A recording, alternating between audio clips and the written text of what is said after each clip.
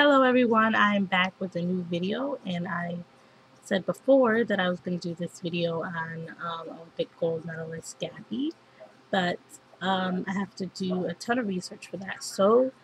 Um, and I felt like this topic was something that was happening right now that I could talk about, and I wanted to talk about um, the Chavis-Carter case.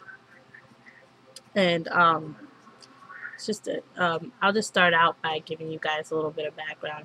So Travis Carter is a young man, African American young man, and he was pulled over on a routine traffic stop. The police found drugs on him when they pulled him over, supposedly, allegedly. He was 21 years old, and the police searched him twice. Um, I believe the first time that they found drugs on him, and the second time they didn't find anything. They proceeded to handcuff him, and I heard that he was double handcuffed, or I read that he was double handcuffed um, on one of the news sites that I was reading. And so the cops said from there, what they were doing, I don't know, but they said that they heard a thud. And when they went back to the car, um, Chavis had supposedly shot himself in the head. Um, so, what's really difficult to believe about this, if you don't believe that this young man somehow shot himself in the head while he was handcuffed, his mother says that he was left-handed, and the shot went through his right temple.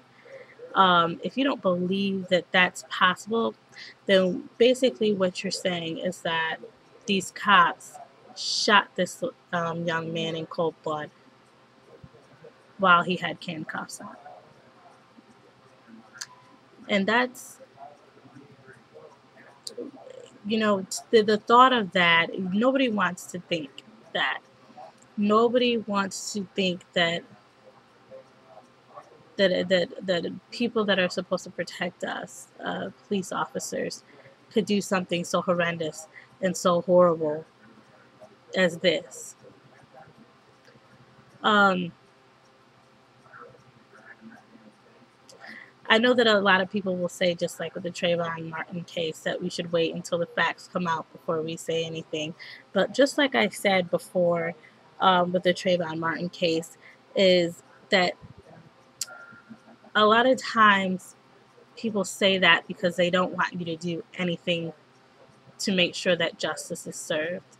So they want you to sit by and be complacent and let whatever happen, and then you don't say anything. But I believe that you're doing yourself an injustice by so-called waiting until the facts come out, because in these cases, what tends to be the facts are just obscured ideas from somebody else, and they're not even facts to begin with. People should fight for their rights. I don't know what happened here, but I don't believe the story. I don't totally believe the story that the cops are saying. Something went wrong. I don't know what, but something certainly went wrong here. And I just don't see how a young man could maneuver his way out of handcuffs in order to shoot himself in the head, or maneuver his way in some way where he could grab a gun while he still had handcuffs on, because he was still handcuffed, and shoot himself in the head. Now, I'm sure that some evidence will be released, the cops' video cam on their car, and um, uh, their police report, and all of that stuff, I'm sure, will be released to the media, because I believe it's a law or something that they're required to release that information if the media ask, and I guarantee you that the media will ask. So I don't know if that'll prove anything, or if that'll shed any light on what happened here, but something to me is suspicious in this case. And hopefully his family gets justice and they get the answers that they're seeking. And I just I just pray for their family. I also I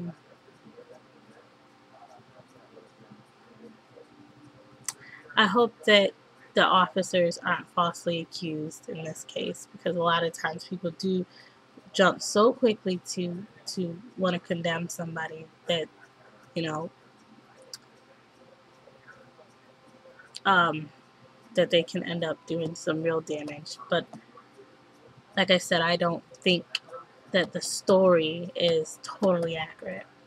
I think something went wrong here, and like I said, I hope that the family gets some answers behind this. And it's, you know, it's a tragedy to lose somebody so young. Period. And that's all that I had to say. Thanks. Bye.